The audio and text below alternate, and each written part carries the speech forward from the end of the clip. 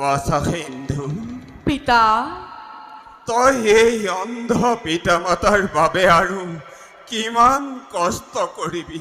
পিতা হে ভগৱান, আমাৰ এই যন্ত্ৰণাৰ অৱসান কেতিয়া হ'ব প্ৰভু, কেতিয়া হ'ব? পিতা আৰু আই, তোমালোকে দুখ নকৰিবা। বিধাতাই বিধি লিপি লিখিলে ইয়াকে, তাকে আজি বিধাতাৰ দান বুলি গ্ৰহণ কৰা বিনা প্ৰতিবাদে। আই এয়া এয়া বিধাতাৰ দান নহয়, নহয় এয়া আমাৰ নিষ্কৰ্মফল। কৰ্মফল নুবুজিলো মই। সকলো ব্যক্ত কৰি দূৰ কৰা মনৰ সন্দেহ। তেন্তে তেন্তে কওঁ শুন বাছা, কওক পিতা। সেয়া সেয়া বহুদিনৰ আগৰ কথা। তই তই তেতিয়া স্থিত মোৰ গৰ্ভত। মহামুনি তেজেতা আহিছিল আমাৰ আশ্ৰমে। মহামুনি ত্ৰিজেতা? বাছা, তোৰ মাতৃ আৰু মই বুজিছিলো তেওঁৰ মহিমাৰ কথা। তাৰ পাছত সেয়েহে কৈছিলো আমি দুয়ো মুনিবৰৰ চৰণ সেৱাৰ উদ্দেশ্যে। তাৰ পাছত কি? দেখি তেওঁৰ কুৎসিত পদযুগল ঘৃণাত আমি দুয়োৱে মুদিছিলো চক্ষু। টিকালজ্ঞ মহামুনিয়ে আশীৰ্বাদ প্ৰদান কৰিলে প্ৰস্থান। মুনিৰ প্ৰস্থানৰ লগে লগে আমাৰ দৃষ্টিশক্তিও আমাৰ চক্ষুৰ পৰা কৰিলে নাই।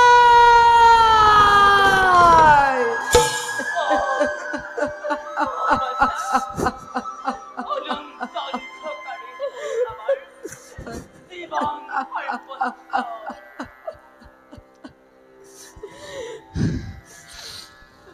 পিতা আৰু আই, বাছা, স্মৰণ কৰা অতীতৰ কৰুণ কাহিনী নজলাবা আৰু শোকৰ অগনি। নিষ্কৰ্ম দুখে যদিও বা দুয়ো অন্ধত্বক কৰিলা গ্ৰহণ, তথাপিতো সেই ঘটনাই আঁতৰালে দুয়োৰে মনৰ অন্ধত্ব।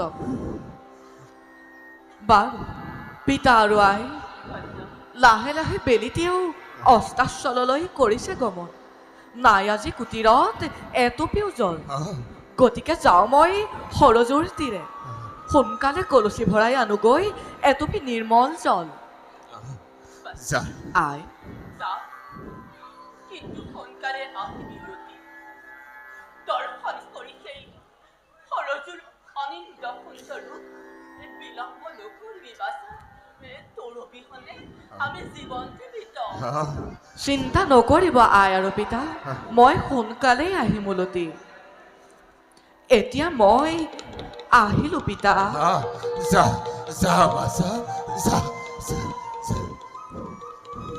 মই আহিলো আই।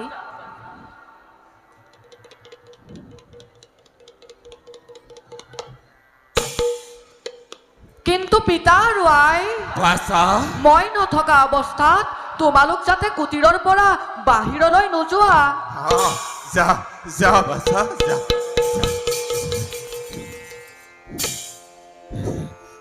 পিয়ে, তুমি এটা কথা মন কৰিলানে পিয়ে? দিনে দিনে আমাৰ বাছা কিমান ডাঙৰ হ'ল, কিমান যে জ্ঞানী হ'ল। তাৰ মুখত শুনি কেতিয়াবা কিছুমান জ্ঞান গৰ্ভ কথা মই যে বিস্মিত হৈ যাওঁ পিয়ে। তেতিয়া কেনে লাগে জানা পিয়ে?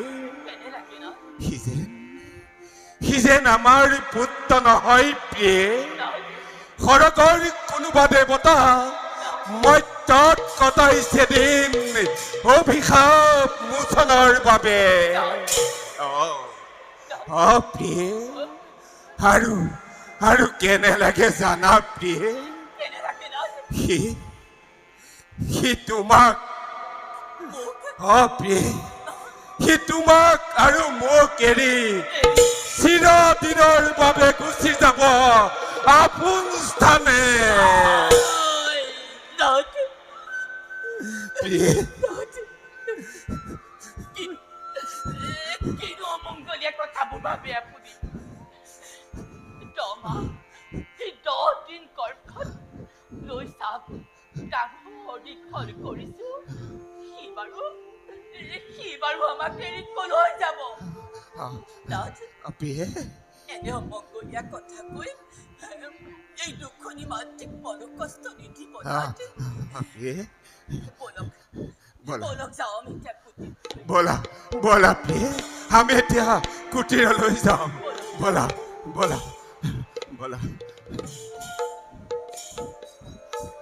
প্ৰিয়ে প্ৰিয়ে প্ৰিয়ে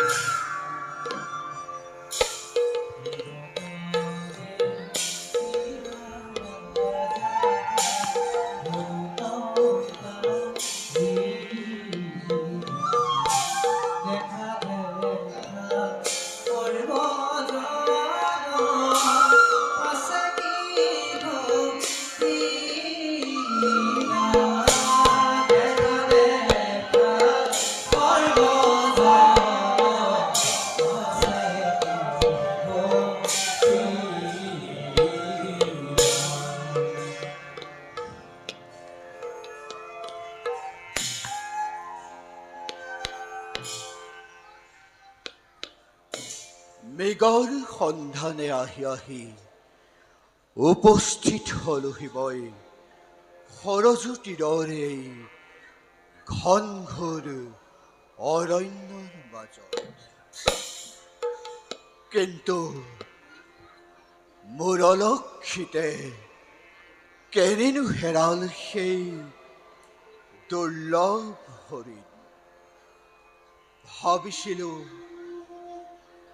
ভাবিছিলো জীয়ন্তে ধৰি সেই দুৰ্লভ জীয়কে উপহাৰ স্বৰূপে প্ৰদান কৰিম তিনিও মহিষীক মোৰ স্নেহে পালন কৰি সেই বনৰীয়া জীয়কে ক্ষণিকৰ হলেও পাহৰিব সন্তানহীনতাৰ দুখ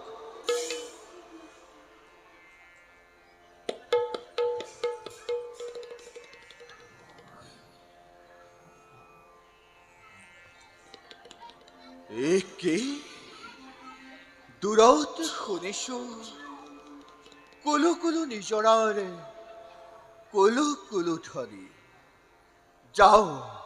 যাওঁ মই পলম নকৰো আৰু অলপ আগবাঢ়ি গৈ মৃগৰে সন্ধান কৰোগৈ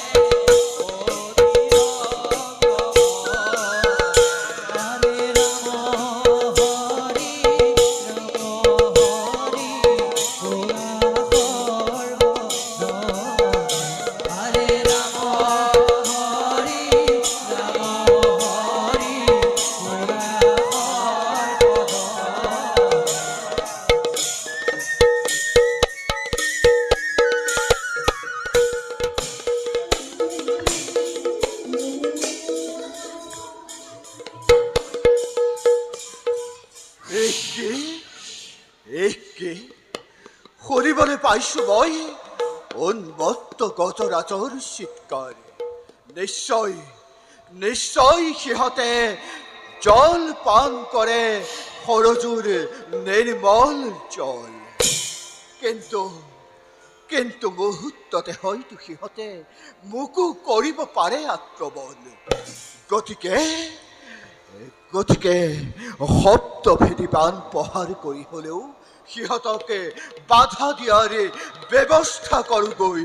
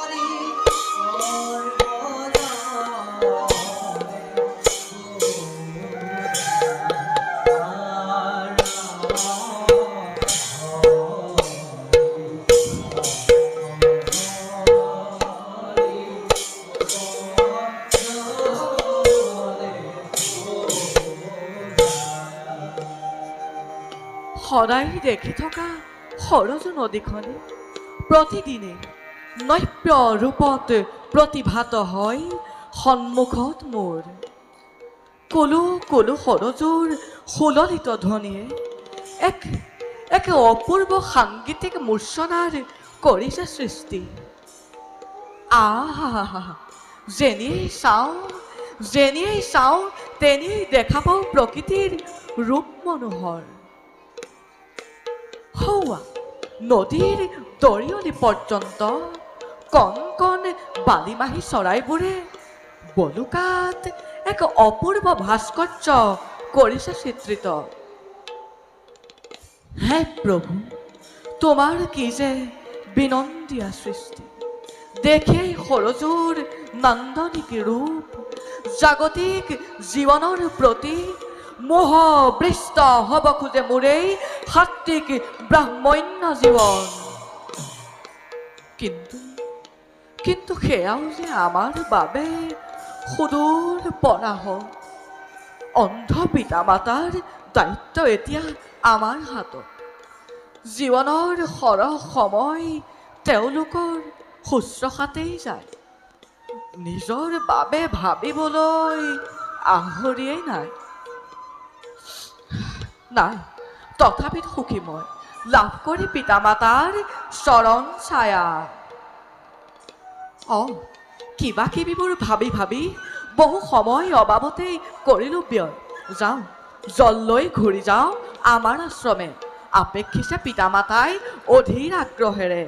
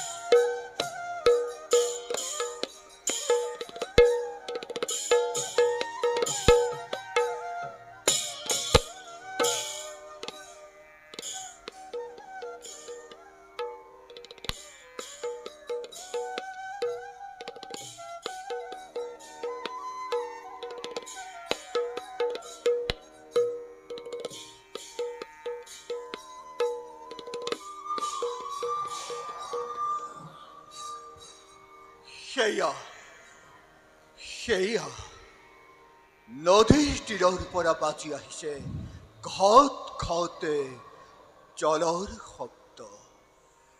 নিশ্চয় নিশ্চয় সেয়া উন্মত্ত গজৰাজ। মুহূৰ্ততে সিহঁতি হয়তো মোকো কৰিব পাৰে আক্ৰমণ। গতিকে শব্দভেদী বান প্ৰহাৰ কৰি সিহঁতকে বাধা দিয়াৰে চেষ্টা কৰোঁ। হে বান, শব্দ অনুসাৰে গৈ লক্ষ্য স্থানত কৰাগৈ আঘাত।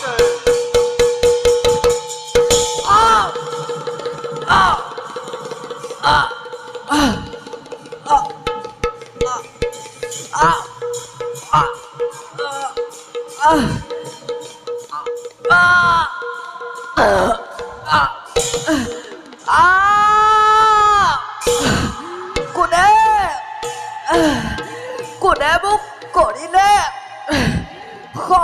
বৃদ্ধ?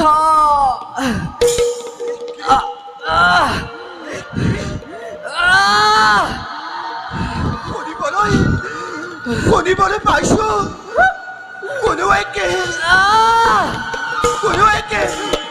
অনুস্বৰ কণ্ঠস্বৰ। নিশ্চয় মোৰ ঘৰত তেওঁ বৃদ্ধ হলে। নাই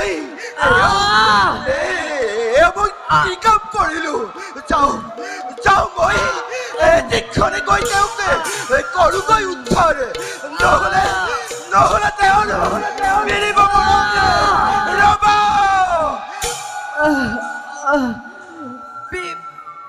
পিতা!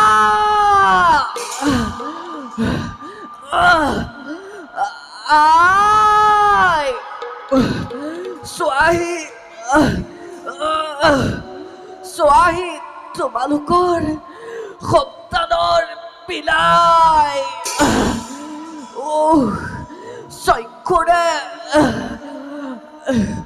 চক্ষুৰে দেখিছো অন্ধকাৰ। কোন সিটো অধম পাতকী কিবা উদ্দেশ্য সাধিব খোজ তই? মোৰ দৰে নিৰীহ প্ৰাণীক বধি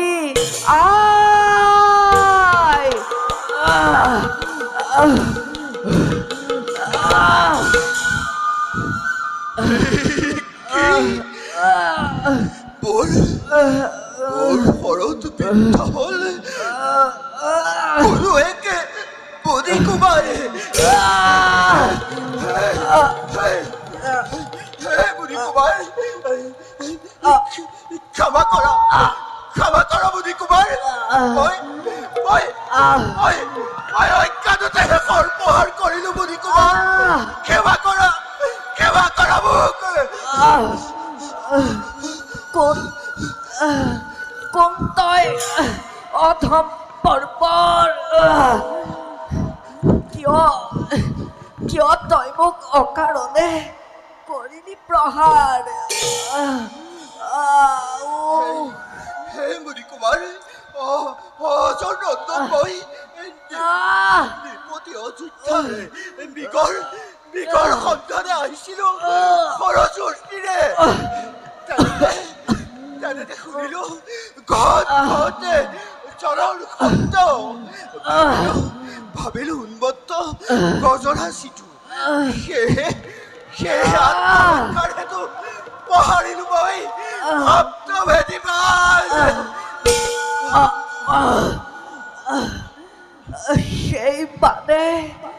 সেই মানে কাহিব আজি এই তোর ভগিয়ার প্রাণ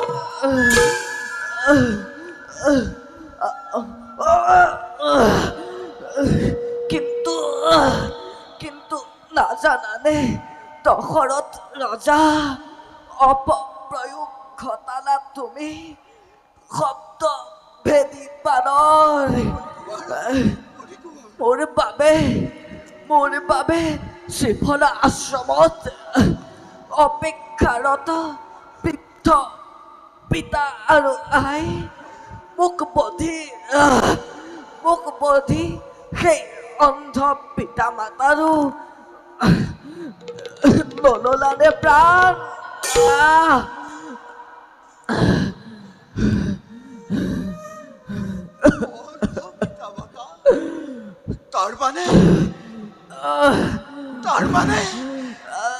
তাৰ মানে তুমি পুত্ৰ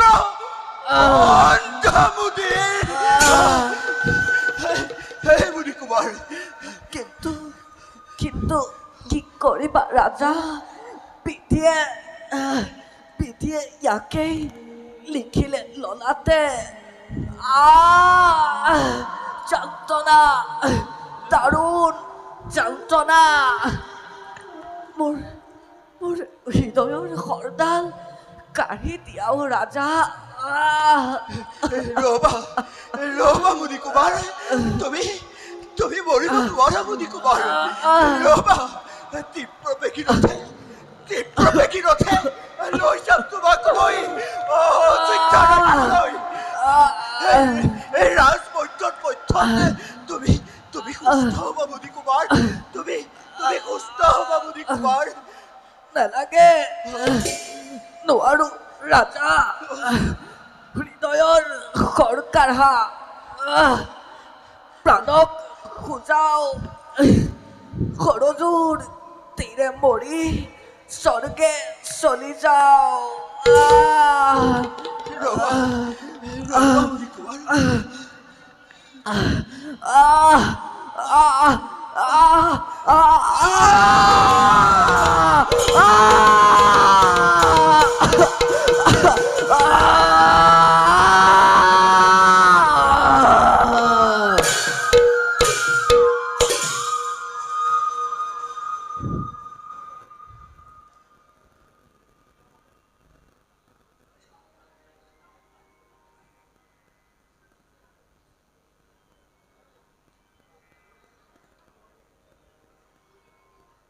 মুনি কুমাৰ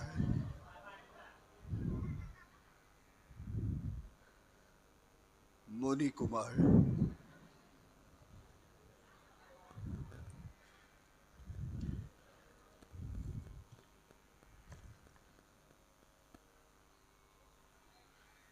মুনি কুমাৰ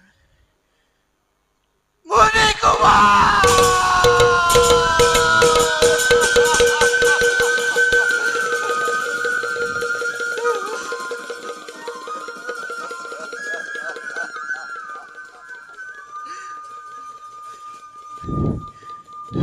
মুনি কুমাৰ এই পাপিত শৰথ পাপ সাগৰত নিমজ্জিত কৰি গুচি গ'ল মুনি কুমাৰে স্থানলৈ হে প্ৰভু তুমি মোৰ কপালত ইয়াকে লিখিলা প্ৰভু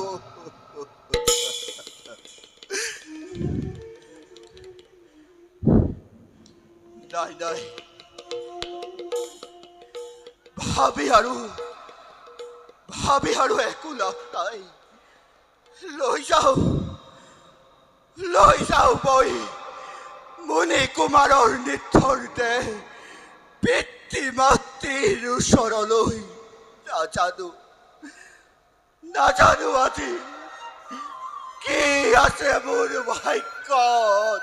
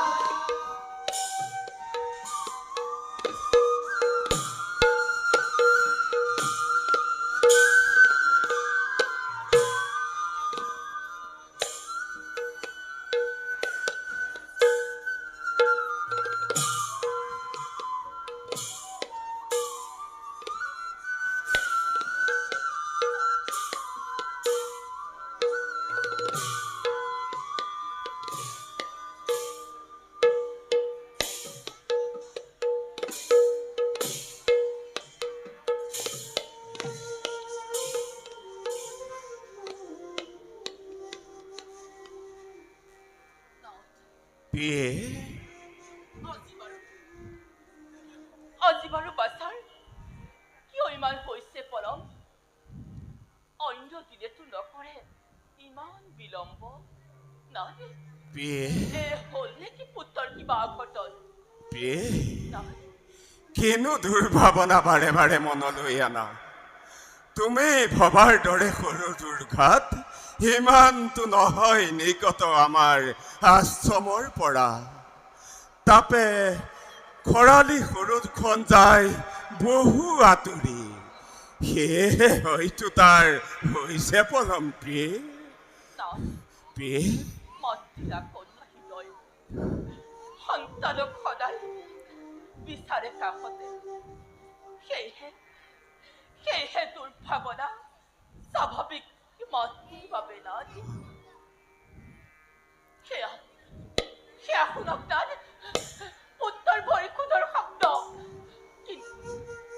কিন্তু ইমান ধীৰে ধীৰে আহিছে আজি কিয় নাছে? কিয়? প্ৰিয়ে কিমাননো বয়স হৈছে তাৰ? আমাৰ বাবে কষ্ট কৰি কৰি সি হয়তো পৰিছে ভাগৰি।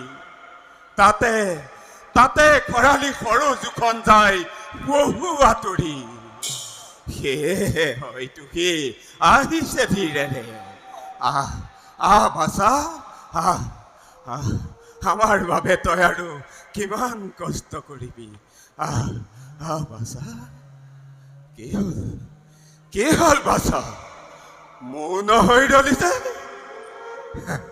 আমাৰ প্ৰতি তোৰ চাগে খং উঠিছে নহয়? কি কৰিবি বাছা? আমাৰ এই দুৰ্ভাগ্য। তজু পুত্ৰ বৈ দশৰথ ৰাজা বৈ অজৰ নন্দন। দশৰথ ৰাজা, আপুনি আজি আমাৰ এই শ্ৰীফলাশ্ৰমে? প্ৰণাম মহাৰাজ, প্ৰণাম।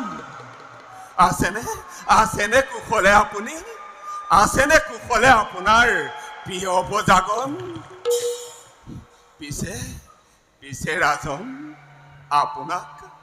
আপোনাক দিনাখন দিবলৈও পুত্ৰও যে নাই আশ্ৰমত গৈছে সি সৰুটোৰ তীৰে আনিবলৈ এটুপি নিৰ্মল জল।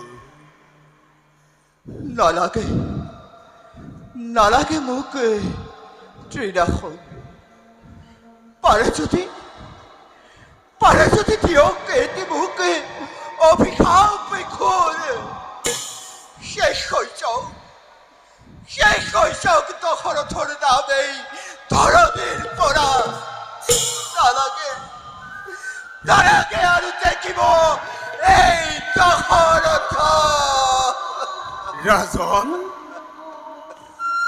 অসীম প্ৰতাপী বীৰ ৰাজা দশৰথ, কিয় তুমি এনেদৰে কৰিছা কন্দন?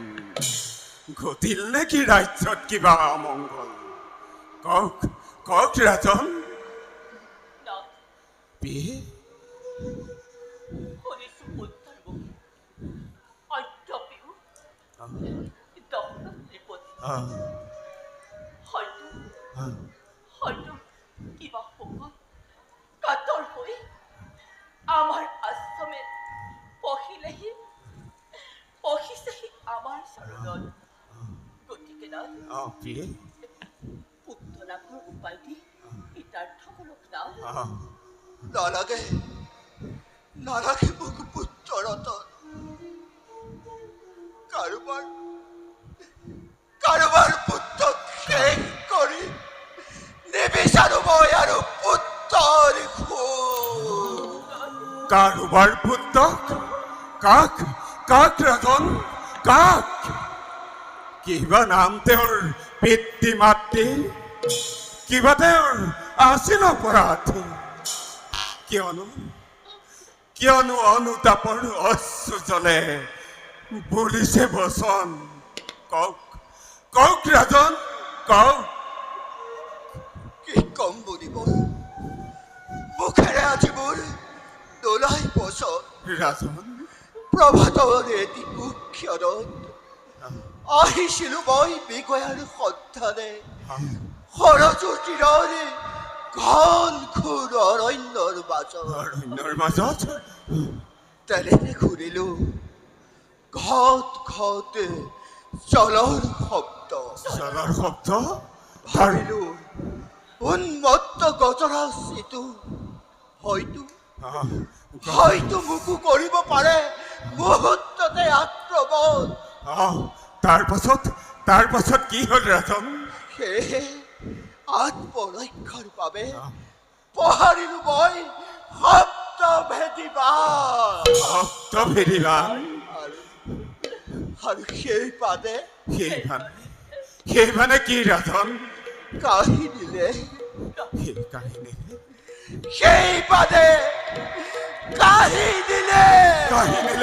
তজু পুত্ৰৰ প্ৰাণ।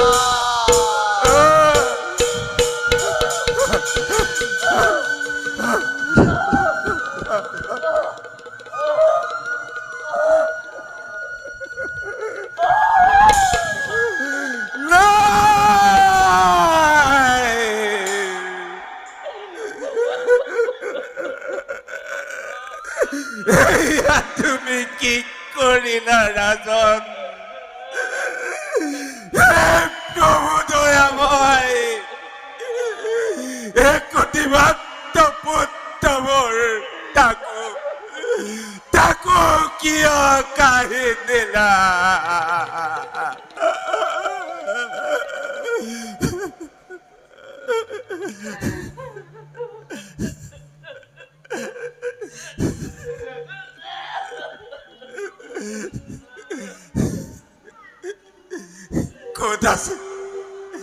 ক'ত আছে পুত্ৰ মোৰ হৃদয়ৰ ধন? আমাক তাৰ কাষলৈ লৈ বলক ৰাজন, আমাক তাৰ কাষলৈ লৈ বলক।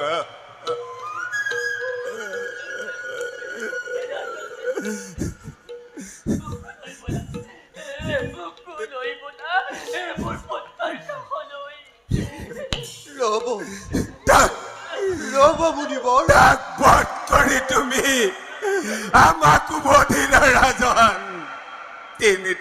তিনিটি ব্ৰহ্মবধৰ পাপৰ ভাগি হলা তুমি ৰ'ব বুলিবৰ এয়া বলক ৰাজন এয়া বুলিবৰ লৈ আহিছো মই পুত্ৰৰ নিৰ্ধাৰ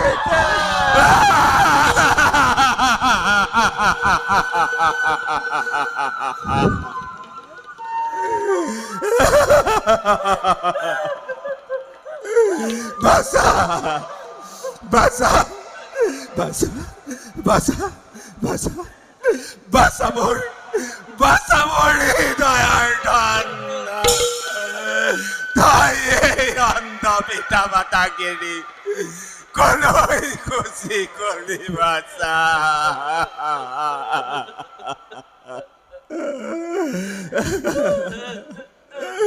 বাসা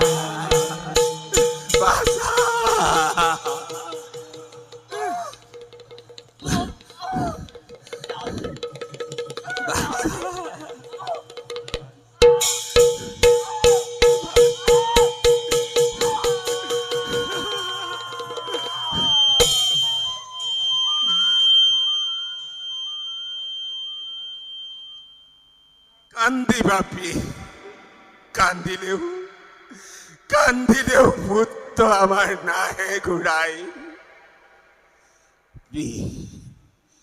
প্ৰিয়ে প্ৰিয়ে প্ৰিয়ে প্ৰিয়ে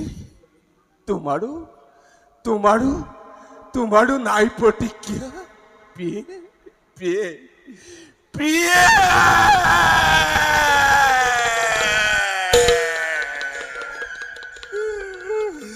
বুঝিলো পুত্ৰৰ শোকত কাতৰ হৈ তুমিও দিলা প্ৰাণ বিসৰ্জন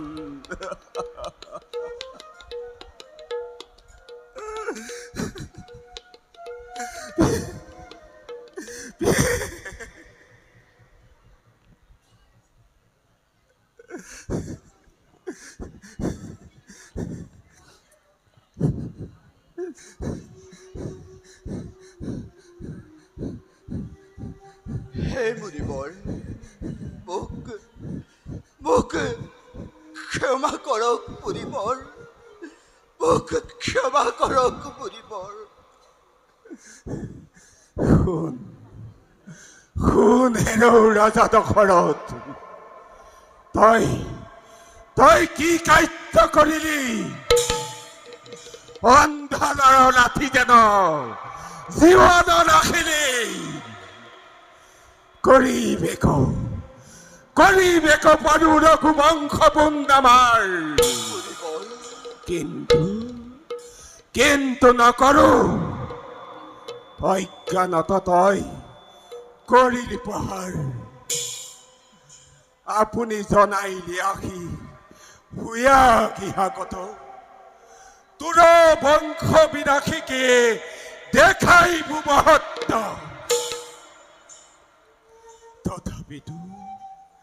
তথাপিতো তোৰ দিম অভিশাপ। তথাপিতো তোক দিম অভিশাপ। পুত্ৰ শোকে দেৱে মই প্ৰাণক খুজাইব। অন্তকালে পুত্ৰ শোকে তোৰ প্ৰাণ যাইব। পুত্ৰ শোকে দেৱে মই প্ৰাণক খুজাইব। অন্তকালে পুত্ৰ শোকে তোৰ প্ৰাণ যাইব। মণিবৰ, অভিশাপে নোহেতু আশীৰ্বাদ মোকে কৰিলে প্ৰদান। মণিবৰ, আদ্য প্ৰিয় মই যে অপুত্ৰক। মণিবৰ, জানো ৰাজা, জানো ভালদৰে মই সত্যপিও অপুত্ৰক তুমি। কিন্তু দিব্য দৃষ্টিৰ পৰা মই অপুত্ৰকৰ কোনো নেদেখো। কাৰণ শুনা ৰাজন, শুনা মোৰ হেতু উপদেশ। মাতি আনি ঋষ্য সিংহমুনিক যজ্ঞৰ কৰা আয়োজন। যদিও বালক ঋষ্য সিংহমুনি মহিমা অপাৰ। কৰিছো আশীৰ্বাদ, পুত্ৰ সহধন শুনে উপচি পৰক আপোনাৰ ৰাজ্য। এবে মই পুত্ৰ ভাজ্যাৰ সমে ত্যাগি যাওঁ পাম।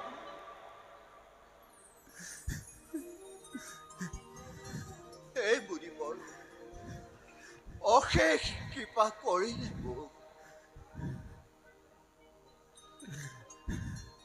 ৰাজন, মণিবৰ, তুমি হলা পবিত্ৰ ইক্ষাকুকুলৰ সূৰ্যবংশীয় ৰজা। তোমাৰ দ্বাৰাই প্ৰবাহিত হব ভৱিষ্যত বংশৰ ধাৰা। মণিবৰ, তোমাৰ ৰসে জাত হব ৰঘু কুলমণি।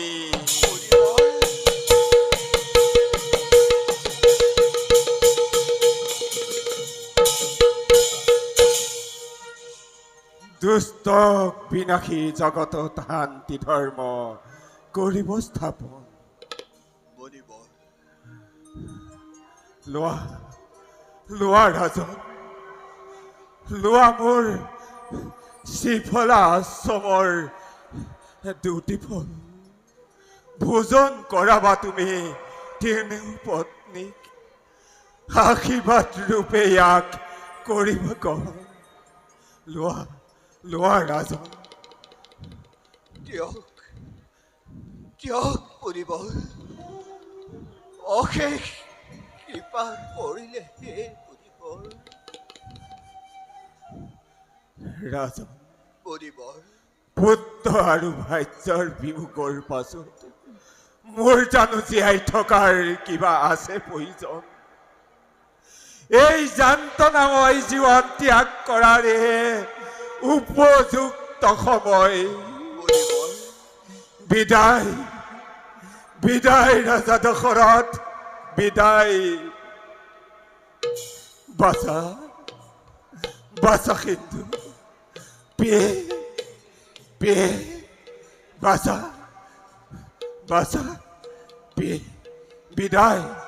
বিদায়। বিদায় বিদায় বিদায় বাছা মণিবৰ বিদায় মণিবৰ বিদায় বিদায় ৰাজা দশৰথ বিদায় বিদায় বিদায়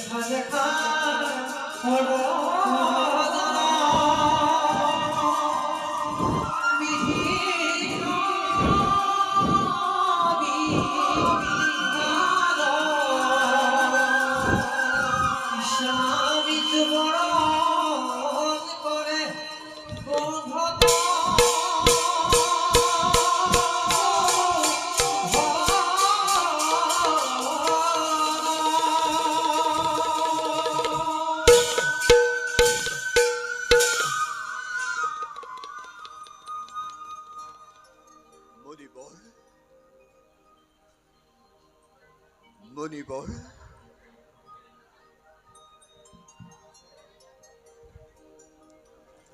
মণিবৰ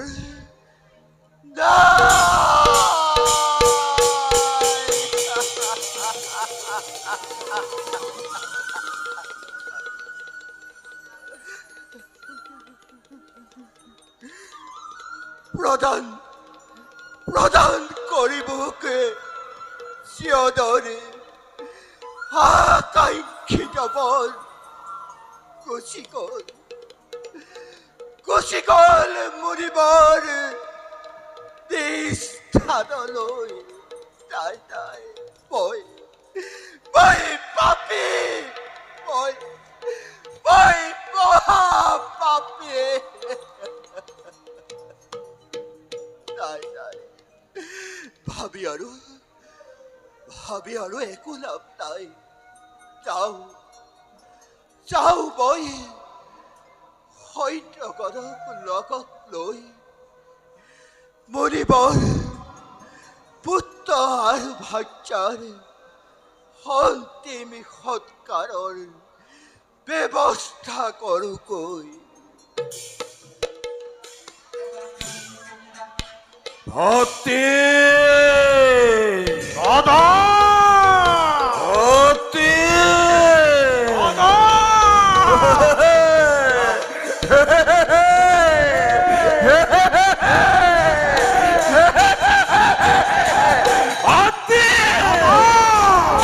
মহাদেৱে পতানিলে মোকে মনোমত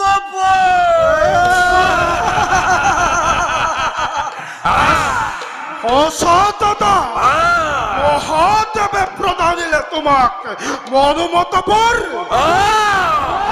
নহলে কি ৰক্ষা পাব সেই ভৌৱা শংকৰে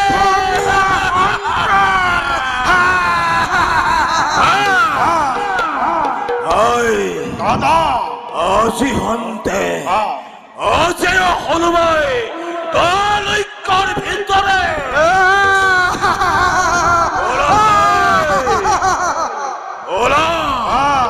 প্ৰথমতেই যাত্ৰা কৰো আমি দেৱ স্বৰ্গপুৰে ইন্দ্ৰ হৰিৰে মহাৰে দৈত্য ৰাজ্য স্থাপন কৰো অমৰাৱতীপুৰে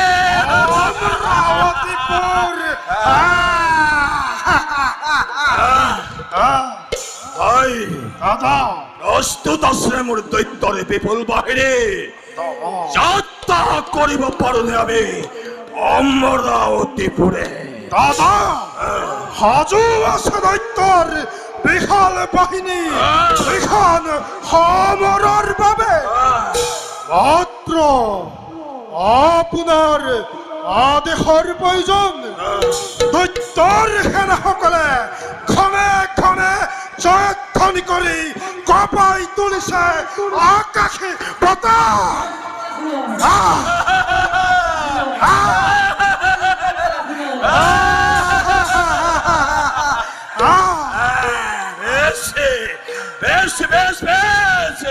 হাই কৰা পুনৰ জয়ধ্বনি যাত্ৰা কৰো আমি অমৰাৱতীপুৰে জয় জয় দৈত্যৰাজ সম্বৰাসুৰৰ জয় দৈত্যৰাজ সম্বৰাসুৰৰ জয় মহাবীৰগণৰ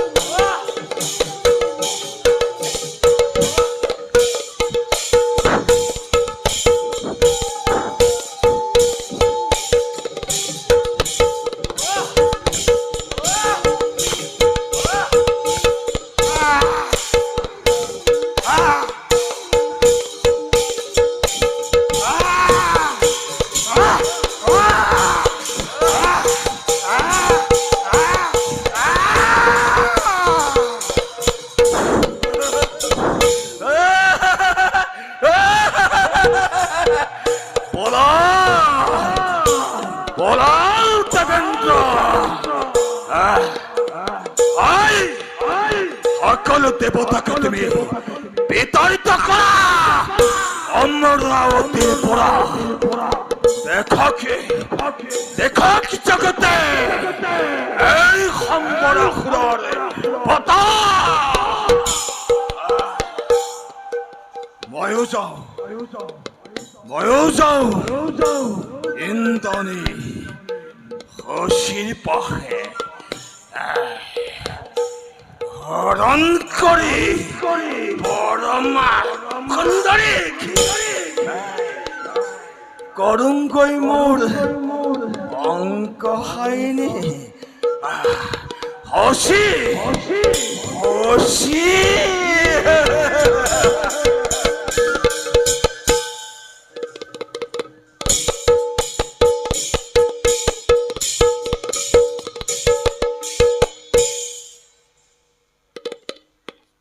সৰযুৰ তীৰতে মৃগয়া কৰিবলৈ গৈ ব্ৰহ্মবধৰ মহাপাপতে লিপ্ত হল মই। বশিষ্ঠ মুনিৰ নিৰ্দেশতে ভগৱন্তৰ নাম উচ্চাৰণ কৰি মহাপাপৰ পৰা মুক্তি পালো। ৰক্ষা কৰা ৰাজা দশৰথ ৰক্ষা কৰা ৰাজা দশৰথ ৰক্ষা কৰা ৰাজা দশৰথ দেউতাৰ আজি ঘোৰ অথন্তৰ। দেৱেন্দ্ৰ এনেদৰে ভয়ত আতুৰ হৈ প্ৰৱেশিলা কিয় অযোধ্যা ৰাজ্য? সৃষ্টিৰ আতংক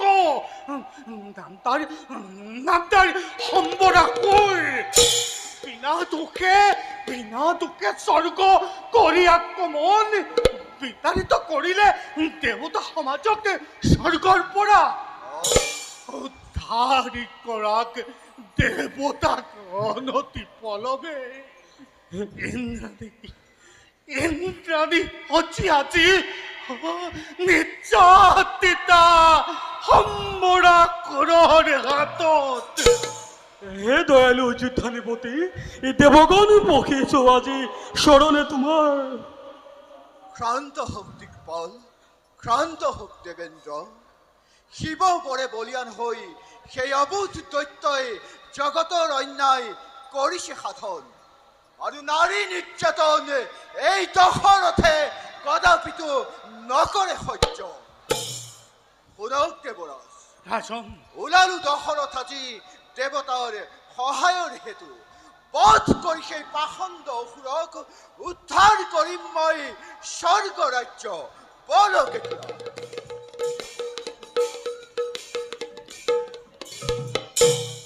স্বামী, স্বামী, আচৰিত কথা। আজি দেৱসৈন্য আজি অমৰাৱতীপুৰ। বুজিলো, তুমুল সংগ্ৰামত পৰাজিত হৈ স্বামী সমে দেৱকক মৰ্ত্যলৈ কৰিলে গমন। নাই নাই নাই নাই, মই বাৰু খন্তেকো নাথাকো ইয়াতে। মই যদি ইয়াত থাকো তেন্তে দৈত্যৰ হাততে মোৰো ঘটিব বিপদ। নাই নাই, মই বাৰু নাথাকো ইয়াতে। ময়ো যাওঁ মৰ্ত্যত কৰোগৈ গমন। কলৈ যোৱা ইন্দ্ৰাণী শচী? চোৱাচোন কোন আজি বিদ্যমান তোমাৰ কাষত।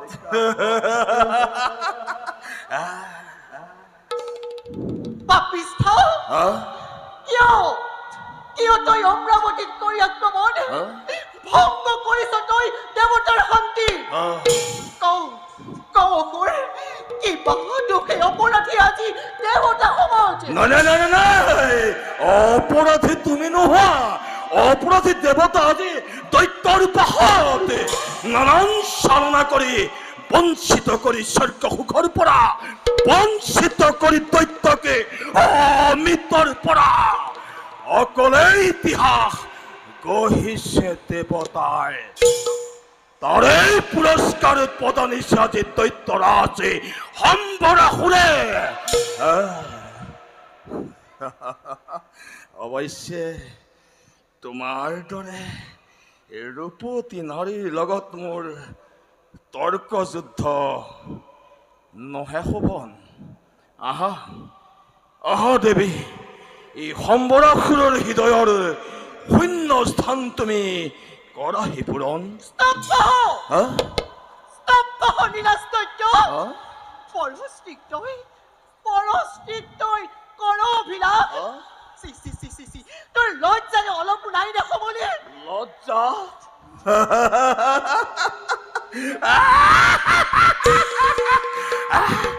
তোমাৰ দৰে দেখিলে ৰূপতী নাৰী লজ্জা শংকা সকলো মোৰ অন্তৰৰ পৰা যায় আঁতৰি। আহা দেৱী, এটিখনে দিয়া মুকি প্ৰেম আলিংগন। ক্ৰমান্বয়ে তথ্য আজি দৈত্যৰাজন এটিবাৰ দিয়া মুকি স্নেহালিংগন। স্তব্ধ নীলাস্তব্য, পৰাজ্য পৰপৰ হৈ আশা কৰ তই ইন্দ্ৰাণী শচীক। শুন সেই নীলাস্তব্য, তোৰ সেই পপীয়া আশাত, তোৰ সেই পপীয়া মুখত মই শতবাৰ কৰিছো পদাঘাত। পদাঘাত? মোৰে মুখত?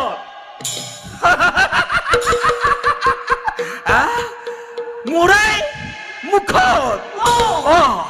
কৰা দেৱী, পদাঘাত কৰা।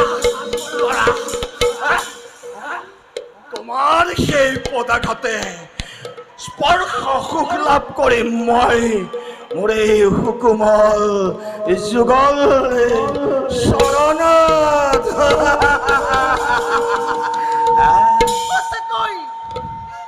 সঁচাকৈ নীলাচি পৰপৰ তই জগতৰ মাজত। অহংকাৰী উদ্ধতৰমণি চাওঁ বাৰু কোনে তোক ৰক্ষা কৰে আজি সম্বৰাসুৰৰ হাতৰে পৰা আহা আহা আহা আহা আহা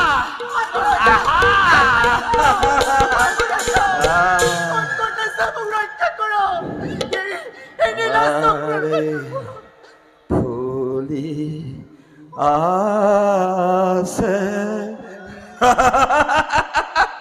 চেনি চম্পা মেলিয়াছে পাহি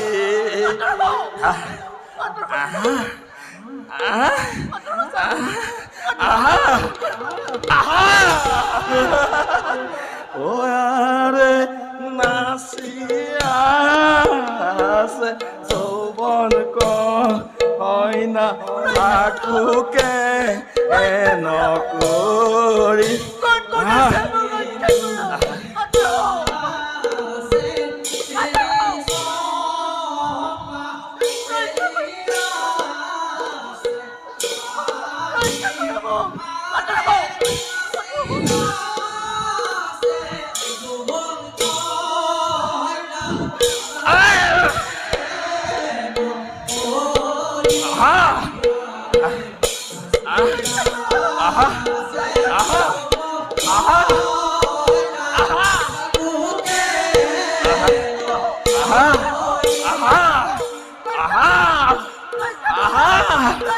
হসি হসি হসি তোমাৰ ৰূপ যৌৱনে মোক আজি একেবাৰে বলিয়া কৰি পেলাইছে আহা আহা ৰবা ৰবা ৰবা ৰবা হসি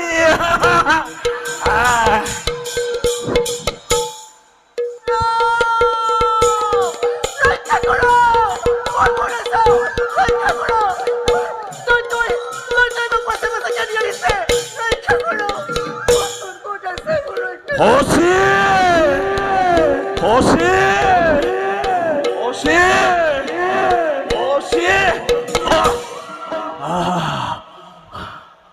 আরে মাজা বানা যাবা খসি কাষে চাপিয়া ওয়ারে আহা আহা প্রাণ মোর ভরি যাক আলিঙ্গন দিয়া আলিঙ্গন দিয়া আলিঙ্গন দিয়া ওয়ারে আলিঙ্গন দিয়া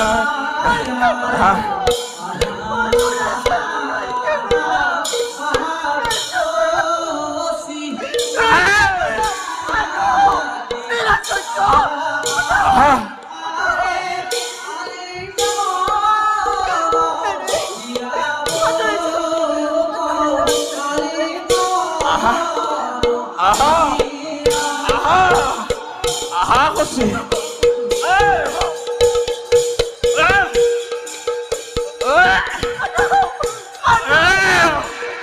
হসি হসি কিয় কৰ তই অবলাৰ ওপৰত অত্যাচাৰ কোন তই লজ্জা তোৰ নাই সমুলি সেইবাবে পাহৰিলি আজি বীৰৰ আচাৰ কোন তই কিয় মোৰ শুভ কাৰ্যতে ঘটাইছ ব্যাঘাতে যা যা আঁতৰি যা নতু পাবি আজি ফুলৰ আঘাত বৈশ্যবংশী ইক্ষাকুকুলৰ ৰজা দশৰথক অত্যপিও নিচিনিলি তই জমালয়ে গতি কৰাৰ সময় আজি তোৰ সন্নিকট বুজিছো মহাদেৱে কোৱা কথা মোৰ পৰিছে মনত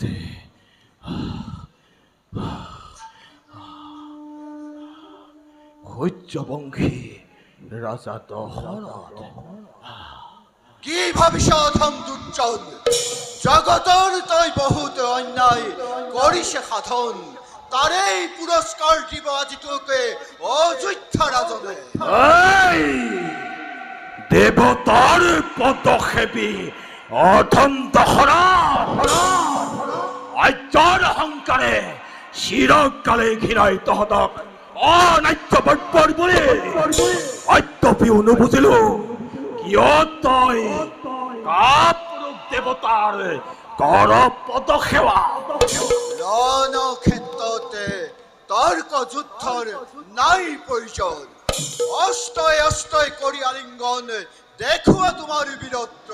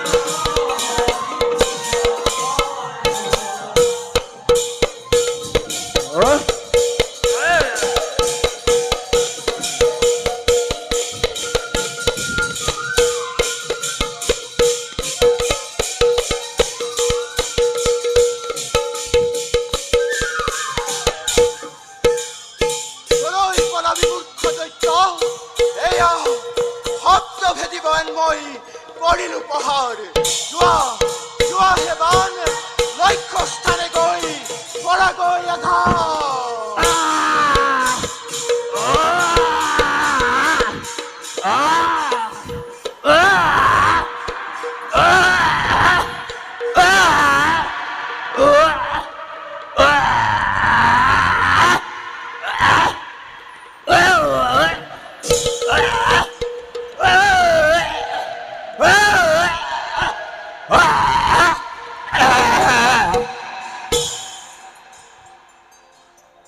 যা মূৰ্খ আজি তোক বধ কৰি মই স্বৰ্গ ৰাজ্য কৰিলো উদ্ধাৰ যাওঁ ময়ো যাওঁ এতিয়া নিজ ৰাজ্যলৈ